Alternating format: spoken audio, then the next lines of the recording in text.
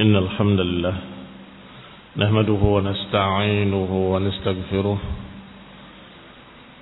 ونعوذ بالله من شرور أنفسنا ومن سيئات أعمالنا من يهده الله فلا مضل له ومن يضلل فلا هادي له وأشهد أن لا إله إلا الله وحده لا شريك له وأشهد أن محمدا عبده ورسوله صلى الله عليه وعلى آله وأصحابه والتابعين وتابع التابعين ومن تبعهم بإحسان إلى يوم الدين.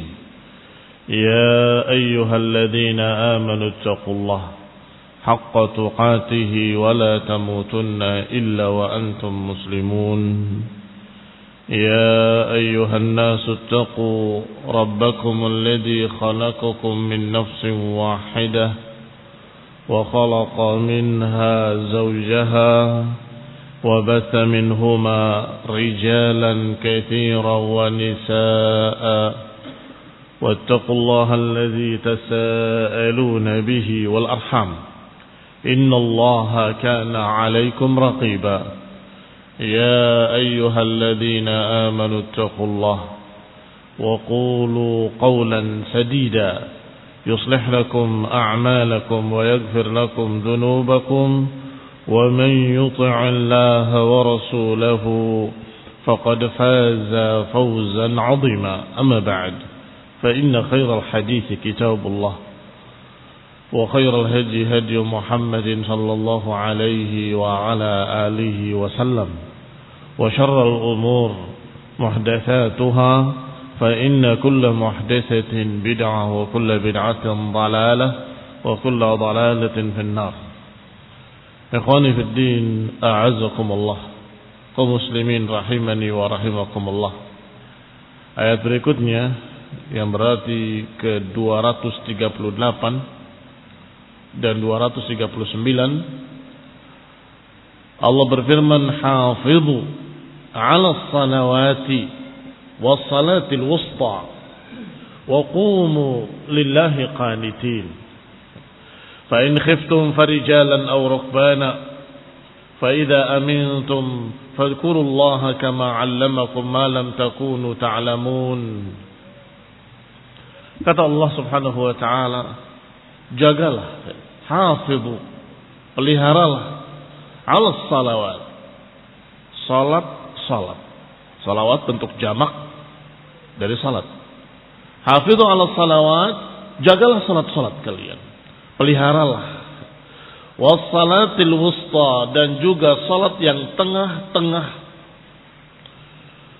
Wa qumu lillahi qanitin, dan berdirilah untuk Allah dengan qunut, dengan khusyur. Fa in khiftum, kalau kalian takut, farijalan aw rukbana, silahkan dengan berjalan kaki ataupun dengan berkendaraan. Fa idza amintum, dan kalau kalian sudah aman, maka berzikirlah kepada Allah Subhanahu wa taala sesuai dengan apa yang diajarkan kepada kalian yang tadinya kalian tidak tahu. Ikhwani fid din, a'azzakumullah, kaum muslimin rahimani wa rahimakumullah. Ayat ini, kata Syekh Sa'di, ya'muru ta'ala bil muhafazati 'ala salawati 'umuman. Kata Syekh Sa'di rahimahullah, di sini Allah memerintahkan untuk menjaga salat secara keseluruhan, secara umum. Semua salat. Wa 'ala salatil wusta wa hiya al-'asr khususan, dan juga menjaga salat wusta, yaitu salat asar, secara khusus. Ikhwani fid din, a'azzakumullah, kaum muslimin rahimani wa rahimakumullah. Yang namanya menjaga adalah menjaga rukun-rukunnya, menjaga sunnah-sunnahnya, menjaga berbagai macam perkara yang membawa kekhusyuannya, menjaga waktunya, tidak menunda-nunda. Ini semua yang disebut dengan menjaga.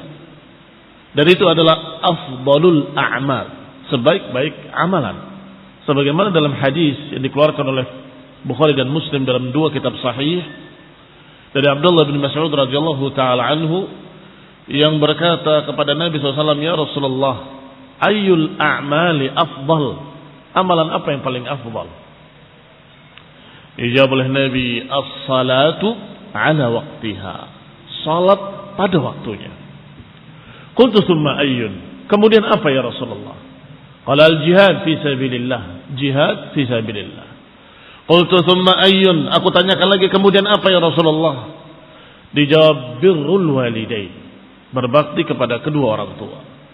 Berarti menjaga salat, khususnya menjaga waktunya agar tidak menunda-nunda, apalagi sampai keluar dari waktunya, itu adalah afdalul a'mal, sebaik-baik amalan. Maka Allah perintahkan kita dengan sebaik-baik amalan, yaitu hafizu 'ala salawat, jagalah salat-salat kalian. Wa khususan salatul wusta, khususnya salat wusta. Yang Syekh Sa'di langsung menyatakan wahiyal asr, yaitu salat asar. Tentunya ala khilafin fi. Tentunya ada ikhtilaf di sana. Al-asr adalah pendapat jumhur, kebanyakan para ulama. Di antara mereka para ulama ada yang berpendapat bahwa salatul wusta adalah salat subuh, sebagaimana diriwayatkan oleh Abu Daud dan Tirmidzi. Ketika salat subuh bersama Rasulullah SAW, beliau berkata, inna ahabbal a'mal ilallah ta'jilus salah li awwali waqtiha, dan kemudian menyatakan ketika salat subuh, hadhihi salah salatul wusta. Ikhwani fillah azakumullah. Tentunya dengan riwayat yang dibicarakan oleh para ulama. Qala ayyu salatin hi? Ditanyakan salat apa itu salatul wusta? Dikatakan salatul fajr, salat subuh. Ini pendapatnya Atha wa Mujahid wa Jabir Ibn Zaid wa Ikrimah wa Abu Rabi' dan juga sahabat Ibnu Umar, Abu Umamah wa Anas, dan juga pendapat Abu Aliyah radhiyallahu taala anhum wa rahimahumullah. Dan di antara ulama imam madhab yang berpendapat dengan ini adalah Imam Syafi'i rahimahullah, yang menyatakan bahwa salatul wusta adalah salatul subuh. Hafidhu ala salawat wa salatul wusta wa qumu lillahi qanitin. Jagalah salat-salat dan khususnya salat subuh, dan berdirilah untuk kunut. Qanitin, kunut, yaitu dengan mengangkat tangannya dan dengan berdoa dengan doa kunut. Hadza qaulun, ini salah satu pendapat. Wal qunut indahu fi salatis subuh, dan kunut menurut beliau adalah kunut subuh. Pendapat yang kedua adalah salat duhur.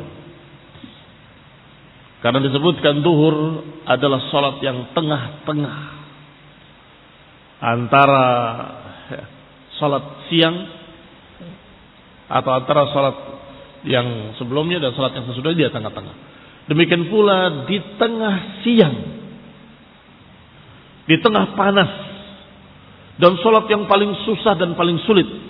Sebagaimana diriwayatkan di sini riwayat Rasulullah SAW salat duhur dalam keadaan tidak ada di belakangnya kecuali satu saf atau dua saf, yang biasanya lebih.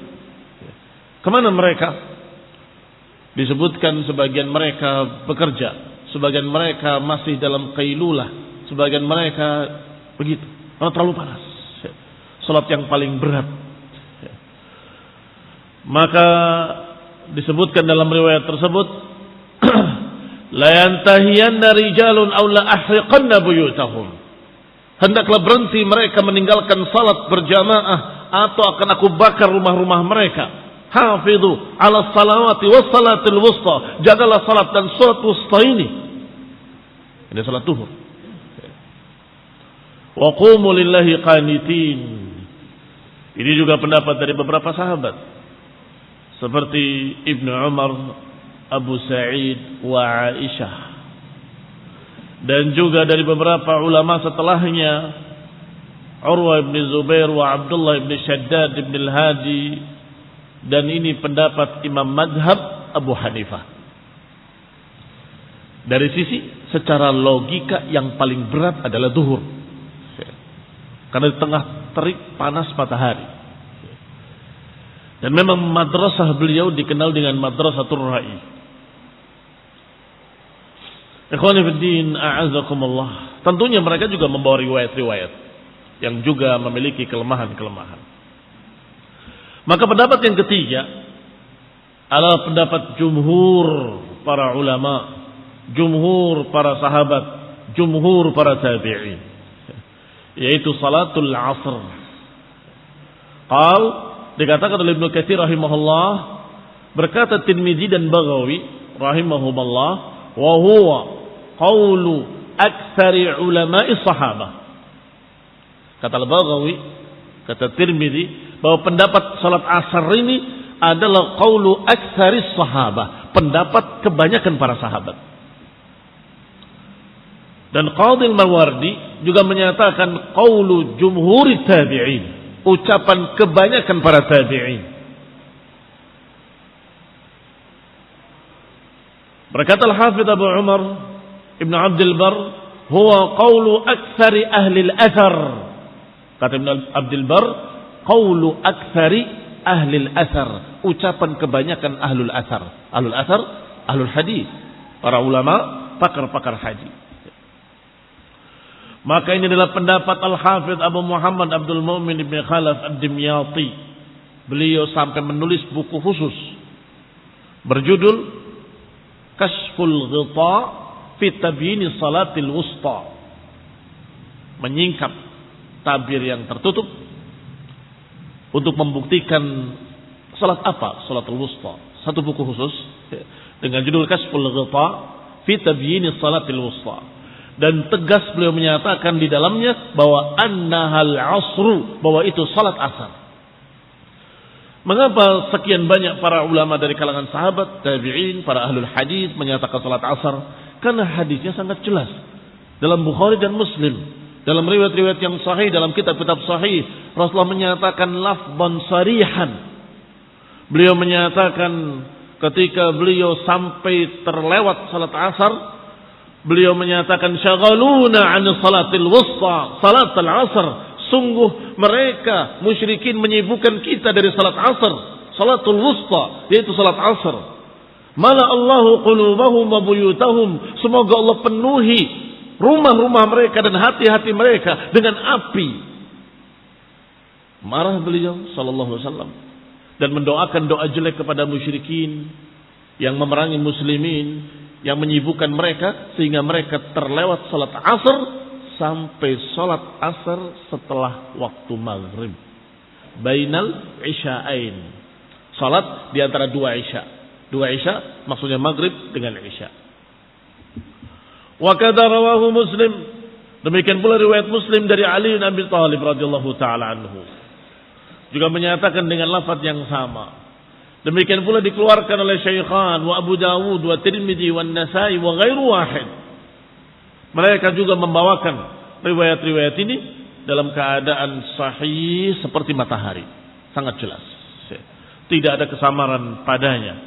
Sehingga pendapat siapa yang berpendapat dengan salatul wusta, ini adalah pendapat Umar bin Khattab, Ali bin Abi Thalib, Ibn Mas'ud, wa Abu Ayyub, wa Abdullah ibn Amr, wa Samurah ibn Jundub, wa Abu Hurairah, wa Abu Sa'id, wa Hafsah, wa Ummu Habibah, wa Ummu Salamah.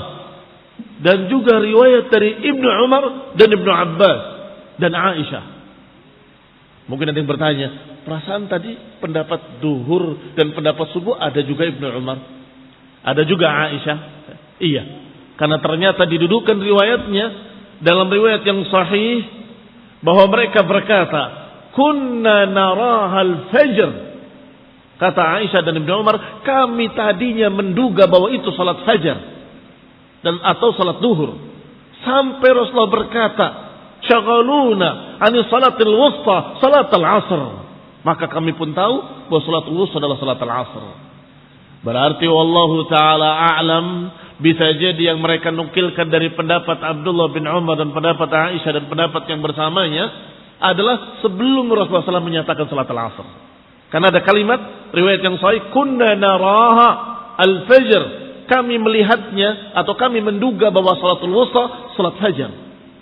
Sampai Rasulullah berkata salat asar, baru kami tahu bahwa itu adalah salat asar. Sehingga ikhwan ibn a'azakumullah, tidak ada pertentangan. Riwayat ini sebelum mereka mendengar dari Nabi, riwayat yang ini setelah mereka mendengar dari Nabi sallallahu alaihi wa ala alihi wasallam. Riwayatnya diriwayatkan oleh Ibnu Abi Hatim, qultu li Ubaidah, aku katakan pada Ubaidah, sal aliyan an salatul wusta. Coba tanyakan Ali Ibn Abi Thalib tentang salatul wusta. Apa itu? Faqala, maka kata Ali, kunna naraha al-fajr aw as-subh. Kami tadinya menduga bahwa itu adalah salat subuh atau salat fajar. Hatta sami'tu Rasulullah yaqulu yaumal ahzab, sampai Rasulullah SAW berkata pada perang Ahzab, syaghaluna 'ani salatil wusta salatul asr. Mereka menyibukkan kami dari salatul wusta, yaitu salatul asr. Mala Allahu quburahum wa ajwafahum aw buyutahum bin nar. Aw mala Allahu quburahum wa ajwafahum aw buyutahum nara. Semoga Allah penuhi rumah-rumah mereka, kubur-kubur mereka atau perut-perut mereka dengan api neraka. Ikhwani fid din, a'azakumullah. Sehingga karena yang kita pelajari adalah tafsir yang ringkas dari Syekh Sa'di, beliau tidak membahas rincian ikhtilafnya, hanya menyatakan wa khususan ala salatil wusta wa hiya al-'asr, titik. Dan khususnya menjaga salat wusta, yaitu salatul asr. Apa keistimewaan salat asr? Di antara keistimewaan salat asr adalah disaksikan oleh dua golongan malaikat. Malaikat siang dan malaikat malam. Malaikat malam turun di waktu asar, salat berjamaah, baru kemudian menggantikan tugas malaikat siang. Sedangkan malaikat siang masih salat asar dan kemudian pergi. Sehingga itu adalah pertemuan. Dan ini keistimewaan salat asar dan salat fajar.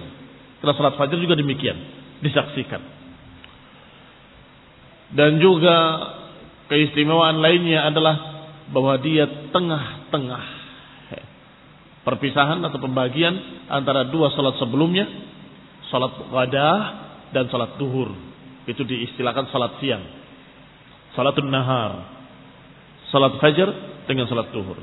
Sedangkan isya dan maghrib dikatakan salat malam atau salat di waktu malam. Maka dua yang siang, dua yang malam, tengah-tengahnya adalah salat asar. Qala rahimahullah wal muhafadzah 'alaiha, dan yang namanya menjaga salat ada uha biwaqtiha, menunaikannya pada waktunya, wa syurutuha, dengan syarat-syaratnya, wa arkanuha, dengan rukun-rukunnya, wa khusyu'uha, dengan kekhusyuan padanya, wa jami' ma laha min wajibin wa mustahab, dengan memenuhi semuanya, yang wajib-wajibnya dan juga yang sunnah-sunnahnya. Wa bil muhafadzati 'ala salawati tahsul al muhafadzah 'ala sairil ibadat. Dengan menjaga salat akan didapatkan penjagaan terhadap semua ibadah lain. Mengapa? Karena salat tanha 'anil fahsya'i wal munkar. Salat itu mencegah perbuatan keji dan munkar. Salat itu mengingatkan. Aqimis salata li dzikri, kata Allah. Dirikanlah salat untuk mengingatku. Maka kalau setiap manusia, setiap muslim, dia diingatkan. Waktu zuhur dia salat menghadap Allah, waktu asar dia salat menghadap Allah, waktu maghrib dia salat menghadap Allah, waktu isya dia menghadap Allah, fajar sudah bertemu Allah lagi. Kapan dia sempat berbuat dosa? Dia akan malu berbuat dosa karena dia berpikir sebentar lagi dia akan ketemu Allah pada salat berikutnya. Sehingga dengan ditegakkannya salat, maka ibadah-ibadah yang lain akan terjaga. Wa tufidun nahi 'anil fahsya'i wal munkar. Salat itu akan mencegah dari perbuatan keji dan munkar, khususan idza akmalaha, khususnya kalau salat itu disempurnakan. Banyak orang yang salat tetapi tetap kemunkaran dan dosa-dosa tidak terhalang. Mengapa demikian? Karena salatnya tidak memiliki kekhusyuan. Karena salatnya tidak sempurna. Fi salatihim sahun, kata Allah. Wailul lil musallin. Celaka orang-orang yang salat. Alladzina hum fi salatihim sahun. Yang dalam salatnya sahun. Seperti salatnya para munafiqin. Idza qamu ila shalah qamu kusala yura'unan nas. Kalau berdiri untuk salat mereka berdiri dalam keadaan malas dan mereka hanya riya, ingin dilihat oleh manusia. Maka demikian tidak memiliki asar, tidak memiliki pengaruh, enggak ngaruh pada dirinya. Tapi kalau salat yang khusyuk, salat yang diiringi dengan keyakinan dalam hatinya, maka niscaya dia akan mempengaruhi akhlaknya, adabnya, akan mempengaruhi semua dirinya sehingga tercegah dari perbuatan keji dan munkar. Wa qumu lillahi qanitin, dan berdirilah untuk Allah dengan qunut. Kata Syekh Sa'di, makna qunut ay dalilin khashi'in, merendah dan khusyuk. Fa fihi al-amru bil qiyam wal qunut. Di sini perintah untuk berdiri dan perintah untuk qunut. Sehingga siapa yang berkata tidak ada tata cara salat dalam Al-Quran, berarti dia belum membaca Al-Quran. Tidak ada tata cara salat dalam Al-Quran. Kata ingkar sunnah, tidak ada dalam Quran. Salat itu artinya doa. Maka sepanjang kita berdoa, kita sudah salat. Ada jahil. Orang ini bodoh, tidak mengerti Al-Quran, bahkan bisa jadi tidak membaca sama sekali. Kalau dia membaca, semua gerakan-gerakan salat diperintahkan dalam Al-Quran. Allah perintahkan untuk berdiri pada ayat ini. Qumu lillahi qanitin. Berdirilah untuk Allah. Sujud diperintahkan. Wa'budu lillahi wasjudu. Wasjudu lillahi wa'budu. Sujudlah dan beribadahlah. Ruku diperintahkan. Warka'u ma'ar raqi'in, atau warka'i ma'ar raqi'in. Rukulah bersama orang yang ruku. Semua disuruh. Disuruh berdiri, disuruh ruku, disuruh sujud, disuruh. Maka semua gerakan salat ada perintahnya dalam Al-Quran. Demikian pula bacaan-bacaannya. Allah menyatakan sabbihisma rabbikal a'la. Pujilah Allah yang maha tinggi, subhana rabbiyal a'la. Fasabbih bismi rabbikal azim. Pujilah Allah yang maha agung, subhana rabbiyal azim, subhana rabbiyal azim. Nah kalau itu bacaan yang lain, bacaan yang sama diringkaskan dari ayat Allah Subhanahu wa taala, idza jaa nasrullahi wal fath wa ra'atan nas yadkhuluna fi dinillahi afwaja fasabbih bihamdi rabbika wastaghfiruh innahu kana tawwaba subhanakallahumma rabbana wa bihamdika allahumma ighfirli. Tiga-tiganya ada dalam ayat itu. Fasabbih bihamdi rabbika wastaghfir. Fasabbih bihamdi rabbik wastaghfirhu, dan mintalah ampun. Maka tiga-tiganya disebutkan oleh Nabi. Subhanakallahumma rabbana wa bihamdika allahumma ighfirli. Apa yang tidak ada? Semua apa yang dalam salat diajarkan dalam Al-Quran. Maka kata Syekh Sa'di dalam ayat ini, fihil amru bil qiyami wal qunut.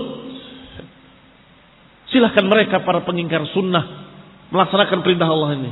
Berdiri untuk salat atau berdiri untuk Allah. Gimana mereka berdirinya? Berdiri kayak orang baris berbaris? Sujudlah untuk Allah. Bagaimana mereka sujudnya? Ruku'lah. Bagaimana mereka rukuknya? Kalau mereka mengerjakan apa yang diajarkan oleh Rasulullah SAW, yaitu salat dengan rukun-rukunnya, selesai. Semua ayat-ayat tadi terlaksanakan, terwujud. Walhamdulillah.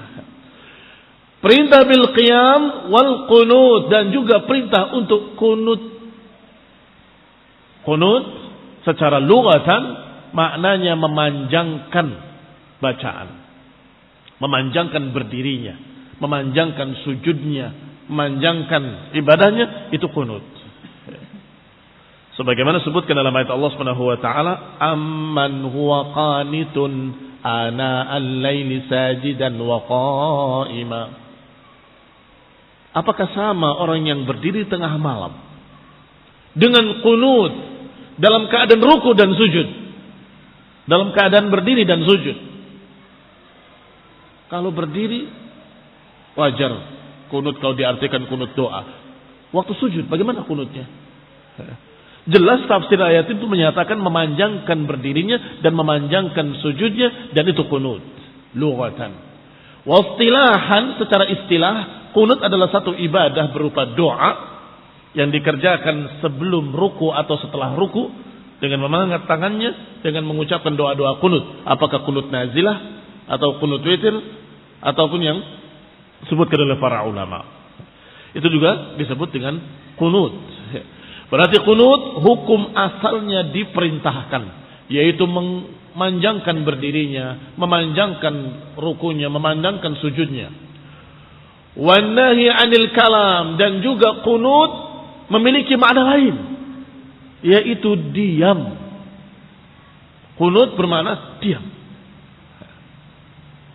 Qumu lillahi qanitin, berdirilah untuk Allah dan kunut, diam, jangan berbicara. Wal amr bil khusyu', perintah untuk khusyu', hadza ma'al aman wa tuma'ninah, tentunya ini dengan ketenangan dan tuma'ninah. Barakallahu fikum. Sehingga makna kunut sekian makna. Ada istilah, ada lughatan. Sedangkan lughatan maknanya khusyu', memanjangkan bacaannya, diam, tidak berbicara, itu juga bermakna atau terkandung dalam makna qunut. Fa in khiftum rijalan aw rukbana, kalau kalian khawatir, takut, maka farijalan aw rukbana. Rijalan yakni jalan. Dari kata rijal laki-laki, bukan dari kata rijlun. Dari kata rijlun alal aqdam, di atas kaki. Salat sambil jalan, na'am. Salat sambil jalan. Wa rukbana dengan yarkab syai', apakah mengendarai unta, mengendarai kudanya, mengendarai keledainya, ila akhirih. Kata Syekh Sa'di, lam yadhkur ma yukhafu minhu. Ayat ini tidak menyebutkan takut dari apa. Iya kan? Tidak menyebutkan takut dari apa. Kalau kalian takut, titik. Takut apa? Pokoknya takut apapun.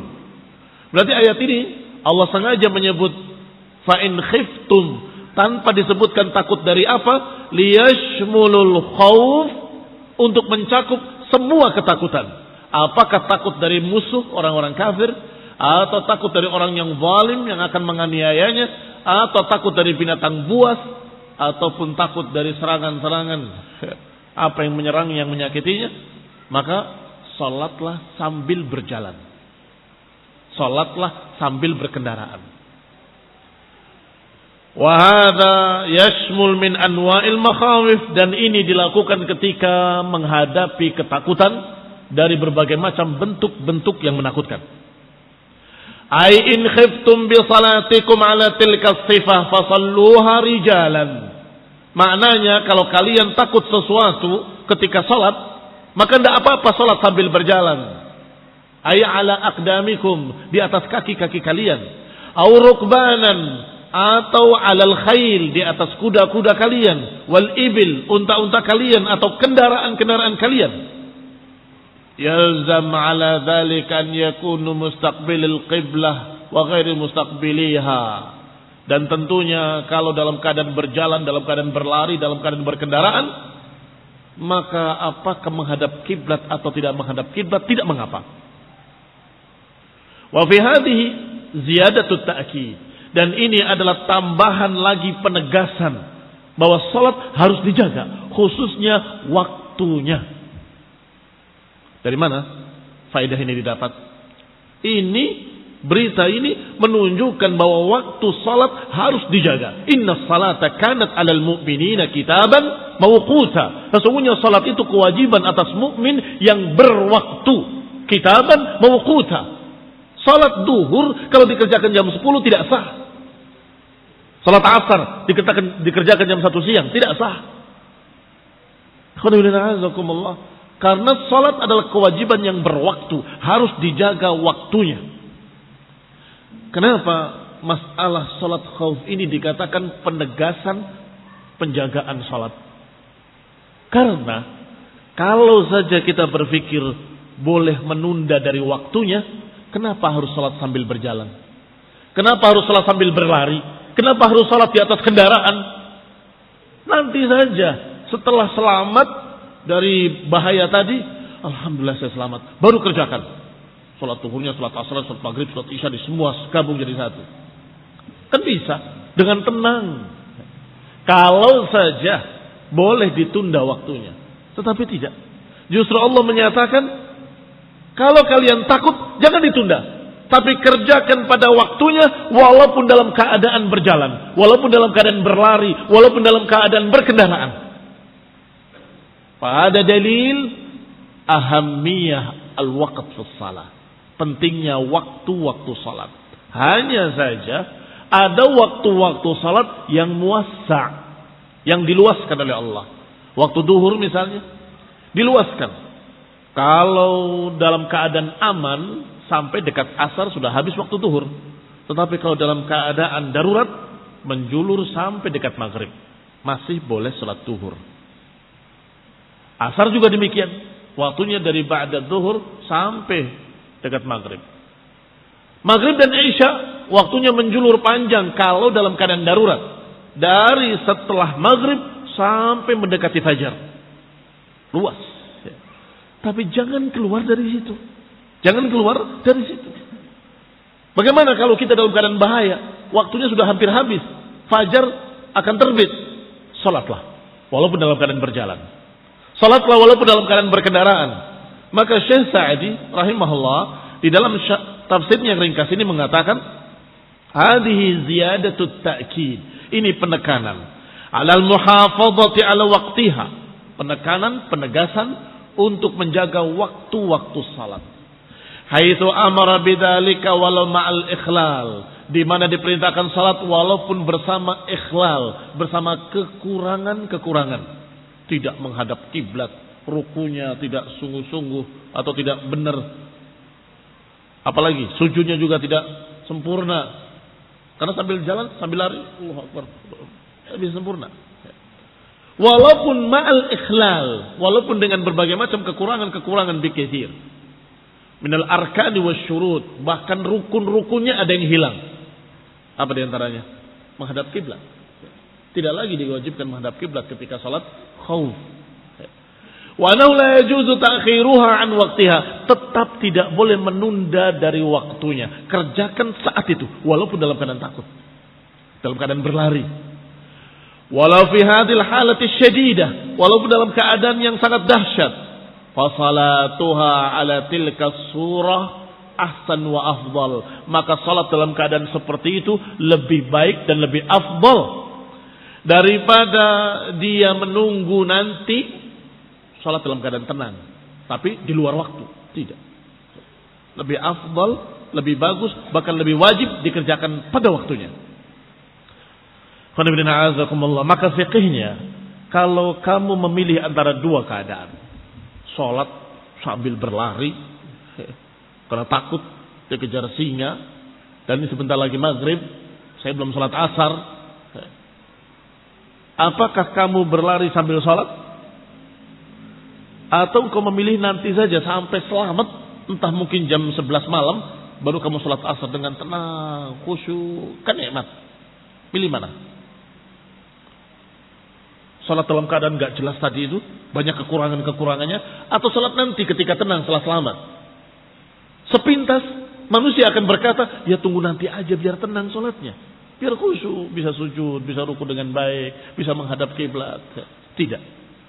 Allah mengajarkan tidak demikian. Jaga waktunya walaupun sholatnya dalam keadaan ma'al ikhlal. Walaupun sholatnya dalam keadaan memiliki cacat, kekurangan-kekurangan. Tapi itu lebih baik karena itu pada waktunya.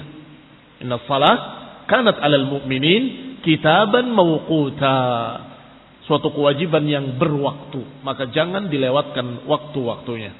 Kata beliau, salat pada waktunya ahsan wa afdal bal wajib.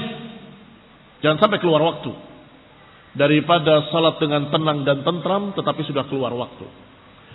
Faida amintum, kalau sudah aman, zalal khaufi ankum, sudah hilang rasa takut, fadkurullah, silahkan berzikir kepada Allah kama 'allamakum, sesuai dengan apa yang diajarkan.